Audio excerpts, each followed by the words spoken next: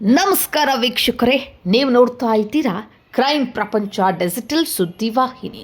ಇದು ನಂಬಲಾಗದ ಕತೆ. ಪತಿಯ ಶವದ ಮುಂದೆ ನಿಂತು ಕಣ್ಣೀರು ಸುರಿಸಿದ ಪತ್ನಿಯೇ ಅವನ ಹತ್ಯೆಯ ಮಾಸ್ಟರ್ ಮೈಂಡ್ ಎಂಬುದು ಈಗ ಬಹಿರಂಗವಾಗಿದೆ. ಪ್ರಿಯಕರನಿಗಾಗಿ ಗಂಡನನ್ನೇ ಕೊಂದ ಪತ್ನಿ, ಅಪಘಾತದಂತೆ ನಾಟಕವಾಡಿದ ಭೀಕರ ಹತ್ಯೆ. ಬೆಂಗಳೂರು ಗ್ರಾಮಾಂತರ ಜಿಲ್ಲೆಯಿಂದ ಬೆಚ್ಚಿ ಬೀಳಿಸೋ ಕ್ರೈಮ್ ಸ್ಟೋರಿ.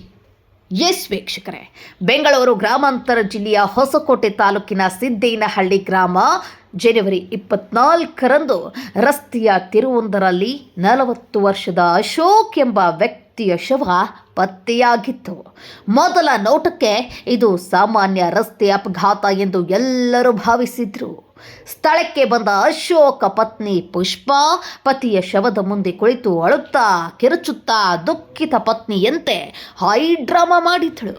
ಆ ಕ್ಷಣದಲ್ಲಿ ಯಾರಿಗೂ ಆಕೆಯ ಮೇಲೆ ಸಂದೇಹವೇ ಹುಟ್ಟಿರಲಿಲ್ಲ.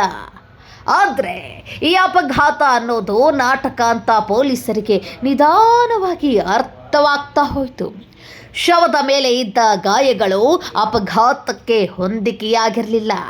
ಹೌದು ಸ್ನೇಹಿತರೆ, ಅಶೋಕ ಹತ್ಯೆಯ ಹಿಂದಿರುವವಳು ಆತನ ಪತ್ನಿಯೇ.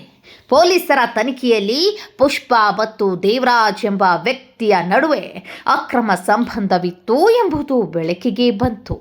ಗಂಡ ಅಡ್ಡಿಯಾಗ್ತಿದ್ದಾನೆ ಅನ್ನೋ ಕಾರಣಕ್ಕೆ ಪೂರ್ವ ಯೋಜಿತವಾಗಿ ಹತ್ಯೆ ಮಾಡಲು ಸಂಚು ರೂಪಿಸಲಾಗಿತ್ತು.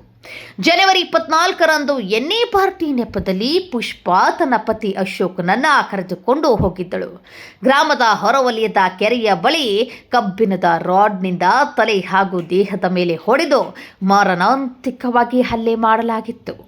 ಕೊಲೆ ಬಳಿಕ ಶವವನ್ನು ರಸ್ತೆ ತಿರುವಿನ ಬಳಿ ಬಿಸಾಡಿ ವಾಹನ ಅಪಘಾತದಂತೆ ಕೇಸ್ ಮುಚ್ಚಿ ಹಾಕಲು ಯತ್ನ ಮಾಡಿದ್ರು. ಆದರೆ ಪೊಲೀಸರ ಕಣ್ಣಿನಿಂದ ಈ ನಾಟಕ ತಪ್ಪಿಸಲಿಲ್ಲ. ಪೊಲೀಸರು ಪುಷ್ಪಾ, ಆಕೆಯ ಪ್ರಿಯಕರ ದೇವರಾಜ್ ಮತ್ತಿನ್ನಿಬ್ಬರು ಸಹಚರರನ್ನ ಬಂಧಿಸಿದ್ದಾರೆ. ವಿಚಾರಣೆ ವೇಳೆ ಆರೋಪಿಗಳು ಕೊಲೆಯನ್ನ ಒಪ್ಪಿಕೊಂಡಿದ್ದಾರೆ ಎನ್ನಲಾಗಿದೆ. ಈ ಘಟನೆ ಗ್ರಾಮ ಮಾತ್ರವಲ್ಲ, ಇಡೀ ಜಿಲ್ಲೆಯಲ್ಲಿ ಸಂಚಲನ ಮೂಡಿಸಿದೆ. ಇಷ್ಟು ನಾಟಕ ಮಾಡ್ತಾರೆ ಅಂದರೆ ಯಾರನ್ನ ನಂಬೋದು ಹೇಳಿ ಎಂದು ಗ್ರಾಮಸ್ಥರು ಆಘಾತ ವ್ಯಕ್ತಪಡಿಸಿದ್ದಾರೆ. ಪ್ರೀತಿಯ ಹೆಸರಿನಲ್ಲಿ ನಡೆದ ಈ ಕ್ರೂರ ಕೊಲೆ ಸಮಾಜಕ್ಕೆ ಎಚ್ಚರಿಕೆಯ ಗಂಟೆ. ಮೇಲ್ನೋಟಕ್ಕೆ ಕಾಣಿಸುವ ಪ್ರತಿಯೊಂದು ಘಟನೆ ನಿಜವಾಗಿಯೂ ಹಾಗೆಯೇ ಇರಬೇಕು ಅನ್ನೋದು ಇಲ್ಲವೇ ಇಲ್ಲ. ಇದು ಈ ಕ್ಷಣದ ಕ್ರೈಮ್ ಸುದ್ದಿ. ಇನ್ನಷ್ಟು ರೋಚಕ ಹಾಗೂ ರಹಸ್ಯಮಯ ಸುದ್ದಿಗಳಿಗಾಗಿ ಕ್ರೈಮ್ ಪ್ರಪಂಚ ಡಿಜಿಟಲ್ ಸುದ್ದಿ ವಾಹಿನಿಯನ್ನು ಲೈಕ್ ಮಾಡಿ, ಶೇರ್ ಮಾಡಿ, ಸಬ್ಸ್ಕ್ರೈಬ್ ಮಾಡುವುದನ್ನು ಖಂಡಿತವಾಗಿಯೂ ಮರಿಬೇಡಿ. ಅಲ್ಲದೆ ನಿಮಗೆ ಇದರ ಬಗ್ಗೆ ಏನೆನಿಸುತ್ತದೆ ಎನ್ನುವುದನ್ನು ಕಮೆಂಟ್ ಬಾಕ್ಸ್ನಲ್ಲಿ ಕಮೆಂಟ್ ಮಾಡಿ ತಿಳಿಸಿ.